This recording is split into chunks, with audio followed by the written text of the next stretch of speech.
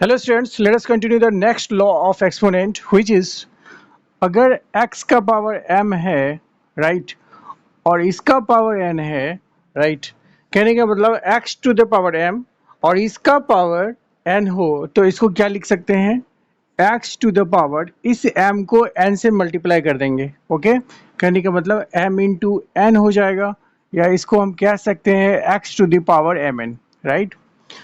For example यहाँ पे example ले लेते हैं, अगर m इक्वल्स टू 2 है एंड n इक्वल्स टू 3 है तो यहाँ पे वैल्यू रखिए m और n का, तो कितना हो जाएगा x टू द पावर 2 का पावर कितना 3 राइट। m की जगह मैंने 2 रखा है, n की जगह 3 रखा है, तो इसको हम लिख सकते हैं x to the power 2 into 3 that is x to the power 6 right. इसलिए इस चीज़ को हम ऐसे भी प्रूफ करें अगर, तो इसको इस तरह से भी लिखा जा सकता है, एक्स स्क्वायर जो है ये 3 टाइम्स लिखा जाएगा, 1 2 एंड 3 टाइम्स।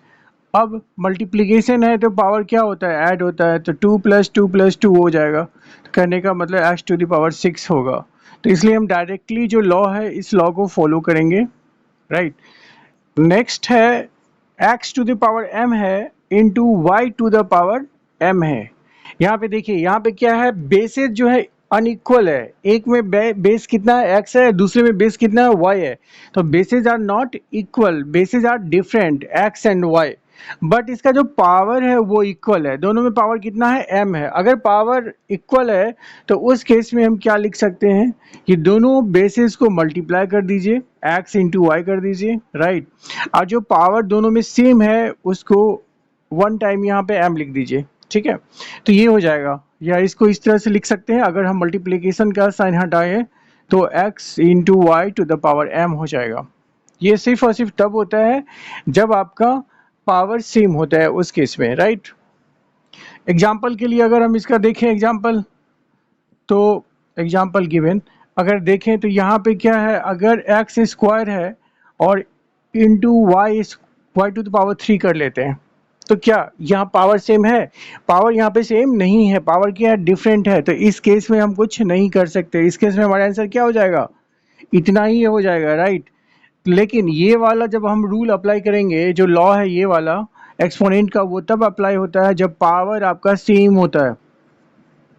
अगर पावर सेम होगा, जैसे कि यहाँ पे मैंने लिखा है दोनों में पावर कितना है 2 है, bases are different x and y है, तो उस केस में क्या होगा, हम x इंटू वाई लिखेंगे और उसका पावर 2 लिख देंगे। जैसे यहाँ पे x इंटू वाई है और उसका पावर क्या हो गया, m हो गया, जो कि दोनों पे ही पावर था, x और y दोनों पे पावर था, तो कॉमनली क्या करेंगे, x इंटू वाई लिख के होल टू द पावर क्या लिखेंगे, 2 लिख देंगे। अगर x टू द पावर 3 है into Y to the power 3 है तो इसको क्या लिख सकते हैं, एक्स वाई का पावर 3 लिख सकते हैं राइट।